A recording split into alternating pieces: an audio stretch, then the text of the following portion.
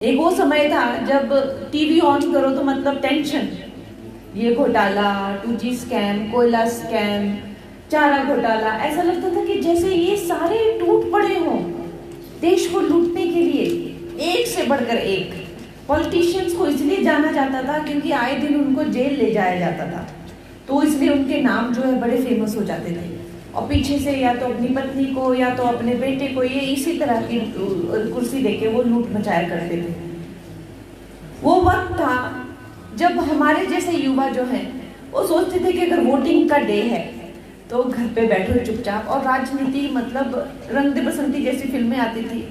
ऐसा मन करता था, करप्शन से पीड़ित हर युवा ये सोचता था कि क्या कर दें राजनेताओं को। और जहां मैंने कहा कि वोट भी देने के लिए हम जाना पसंद नहीं करते थे, वो आज ये दिन है कि ये इस विचारधारा में हम भी, ये जो लहर चली है, चाहे वो आरएसएस की विचारधारा कह लीजिए या सनातनी, या जैसे गांधी जी ने कहा कि भारतीयता की विचारधारा मूलतः है तो भारतीयता ही, वो एंटी वेस्टर्नाइजेशन, ये जो विचारधारा चली, इसकी जो लहर चली है, लेकिन वो जो नेतृत्व है वो भी महत्व रखता है। आज प्रधानमंत्री जी इतने प्रभावशाली क्यों हैं? क्योंकि वो कहते हैं ना, वॉकिंग द टॉक, जैसी कथनी वैसी करनी, जैसा वचन क्रम और मन सब एक।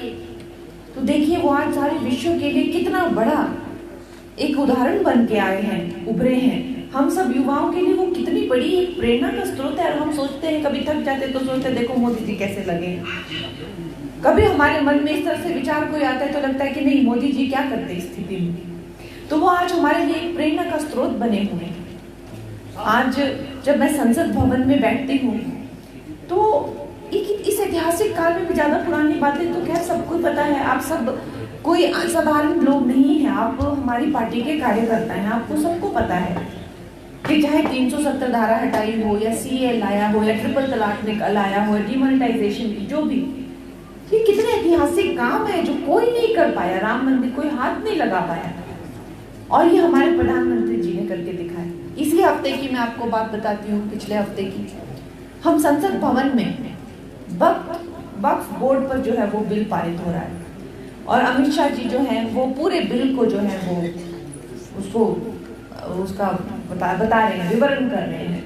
और सामने ऑपोजिशन वाले जो है उनका शुरू हो गया, क्योंकि अब तर्क से तो वो जीत नहीं सकते कि भाई एक वक्त था जब हमारा देश आजाद हुआ था, तो भारत से जो मुसलमान पाकिस्तान गए, उन्होंने अपनी जो जमीनें थी वो वक्फ बोर्ड में डाल दी सबने। देखो इनके संगठन, देखो इनका पूरा ये संगठित रहते हैं। और जो पाकिस्तान से जो हिंदू यहाँ आए, उनकी जमीनें जो है पाकिस्तानी गवर्नमेंट ने ले ली। और अब वक्फ के पास इतनी जमीन थी कि न जाने कितने पाकिस्तान बन सके। उनको कांग्रेस ने इस तरह की व्यवस्था करके दी थी कि आप जाके किसी भी गांव को, किसी भी बिल्डिंग को, किसी को भी कह सकते हैं कि हमारा है। और उन्होंने गांव के गांव कब्जा में कर लिए हैं, मंदिर अपने कब्जे में कर लिए हैं, चर्चे अपने कब्जे में कर लिए हैं। इस तरह से ये देश को बेच खाकर लूटने का ये पूरा बनाया हुआ है। और जब हमारे होम मिनिस्टर जी वहां पे इसका विवरण कर रहे हैं तो सामने से हमारे विपक्ष के लोग जो है वो कहते हैं, और हम तो आ जाएंगे, सड़कों पे उतर आएंगे, और हम तो खूनो खून कर देते हैं। और यही तो इन लोगों के करतूतें थी, और यही तो हमेशा से इन लोगों के कारनामे थे।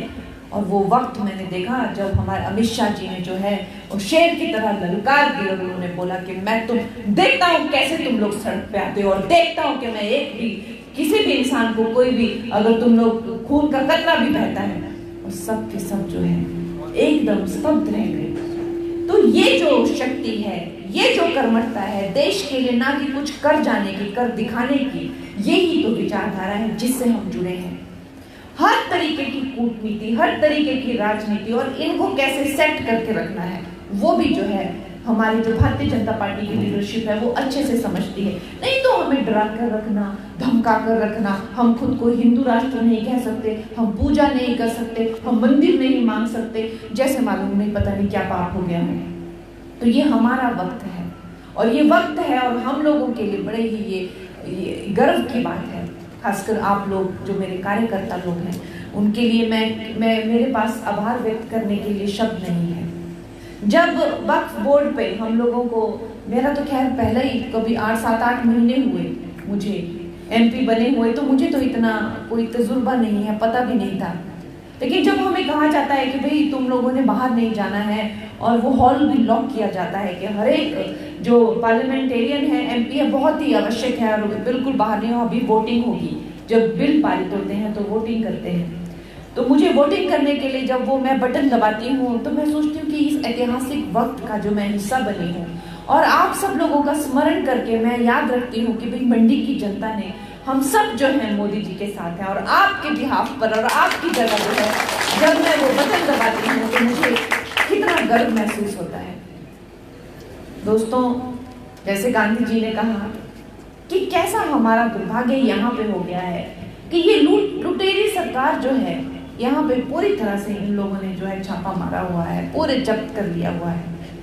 कैसी लूट मचाई हुई है कि 1 लाख करोड़ से ज्यादा का ये लोग कर्जा ले लिए हैं, और अगर इनसे कोई हिसाब किताब मांगे कि भाई तुम लोगों ने जो कर्जा लिया है वो हमारे नाम पर, हम लोग उसको भुगतेंगे, हमारे आने वाली जनरेशन उसको भुगतेगी, तो हमें बताओ हमारे लिए क्या हुआ क्या उस कर्जे से। वो कोई छोटा अमाउंट नहीं है, 1 लाख करोड़ बहुत अमाउंट होता है, कुछ नहीं, कोई पता नहीं कहाँ जा रहा है वो पैसा।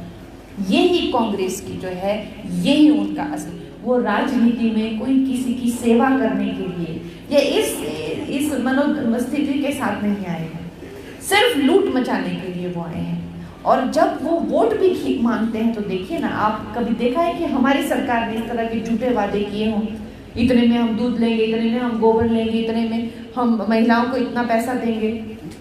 इस वक्त पे जो है, अगर मैं अपने कार्यालय में बैठती हूँ भांबले, जैसे आपको पता है भांबले मेरा घर है, उठी मेरा कार्यालय भी है, तो तू हम यही करना होती बता आज के लिए जाओ उठी बैठूं, तो सारा दिन बेचारे वही लोग जो विधवाएं हैं, जो बेचारे स्पेशली एबल्ड हैं, उनकी तनख्वाहें रोकी हुई है, कोई उनको पैसा नहीं मिल रहा, वो लोग बिल्कुल जो है हर तरीके से बिखर चुके हैं। और इतना दुख होता है देख के कि ये इन्होंने दुर्दशा कर दी है, पूरे क्षेत्र की जो है बुरी हाल है। दोस्तों, ये हमारे पास भारतवर्ष के नागरिक होने के नाते हमारे पास ये एक सुनहरा मौका है कि हम लोग जो हैं, हमारे पास जो प्रतिनिधित्व है, ये कई सदियों में इससे पहले ऐसे नेता नहीं आए। नेता थे हमारे पास, मैं ये कहती हूँ कि सिर्फ सच्चे होना, ईमानदार होना, कर्मठ होना ये काफी नहीं है। जब प्रधानमंत्री पार्लियामेंट में आते हैं तो ऐसा लगता है कोई दिव्य शक्ति उनके साथ में चलती है, कुछ ना कुछ तो उनको कोई ना कोई दैविक शक्तियां जो है उनके साथ हैं, इस बात को झुटलाया नहीं जा सकता।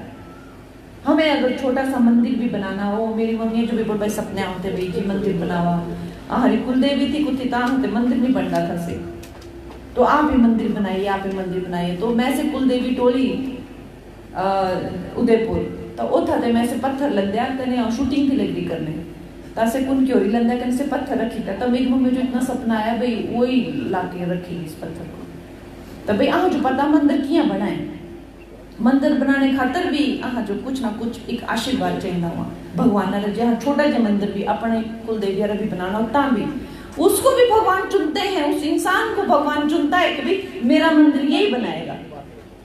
तो जो राम मंदिर कितने सदियों से वो बनना चाह रहा था राम मंदिर, लेकिन श्री राम ने भी उनको चुना कि मेरा मंदिर यही बनाएगा, और मोदी जी ने ही उनका मंदिर बनाया।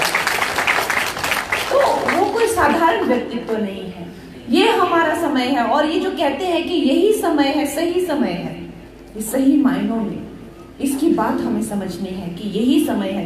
अगर हम अभी नहीं कर पाएंगे तो कभी भी नहीं कर पाएंगे।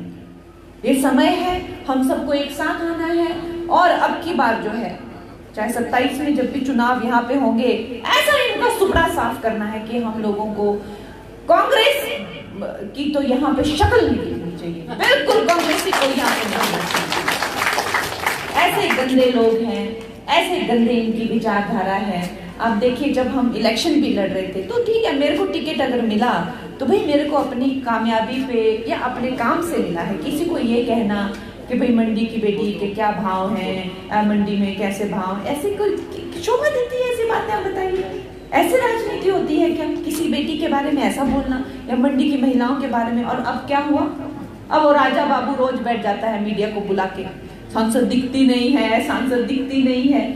भाई सांसद भवन में है। हमें 8 महीने मुझे मेंबर ऑफ पार्लियामेंट बने हुए हैं, आप देखिए अभी शपथ लिए हुए हैं, और आज तक कोई भी एमपी जो है वो भरमौर नहीं जाके, मैं भरमौर तक सांसद निधि दे के आई हूँ। 8 महीनों में मैंने 1.5 से 2 करोड़ की सांसद निधि अभी दे दी है ऑलरेडी। और अगर ये पिछले 2-3 जगहों को मिलाएं जिनमें मैंने पिछले हफ्ते का अभी टूर किया, और आज गांधी जी तो बोल रहे हैं 50 से नीचे तो मैंने मानना ही नहीं है, तो 3 करोड़ की हो जाएगी। तो कहने का मतलब तात्पर्य ये है कि इनकी राजनीति कोई सही राजनीति नहीं है। ये लोग जो है बड़े ही द्वेषी लोग हैं, ईर्ष्या करने वाले लोग हैं, और बड़े ही जिसे कहते हैं कि कोई हमारी आरएसएस की तरह थोड़ा ना इनके थोड़ा ना इनके कोई सिद्धांत है या प्रिंसिपल, कुछ नहीं। बस इनको पता है कि चोर चोर चोर मौसेरे भाई, बस ये इनकी फ्रेंडशिप है।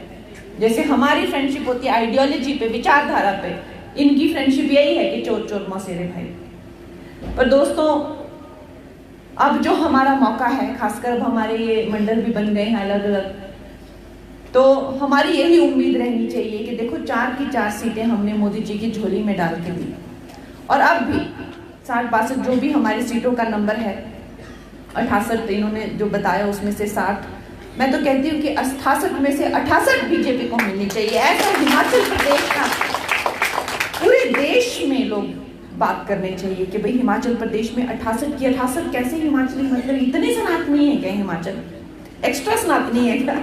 ऐसे लोग बात कर रहे हैं। हम लोग भी सोचते हैं मध्य प्रदेश में सबकी सब एमपी की सीटें आएंगी तो हमें लगता है सारा मध्य प्रदेश सनातनी है, मतलब ऐसी हमारी सोच बनती है। और अच्छा हम लोग उनके बारे में सोचते हैं, मतलब पढ़े लिखे, बड़े ही संस्कारी और बड़े ही हिंदुत्व को मानने वाले और इस तरह के लोग हैं, आदर्शवादी लोग हैं, ये हमें लगता है जब हम सोचते हैं मध्य प्रदेश के बारे में, ऐसी स्टेट्स जो कि 100% पूरी परफॉर्मेंस देती है। तो दोस्तों वैसा ही हमने भी करना है।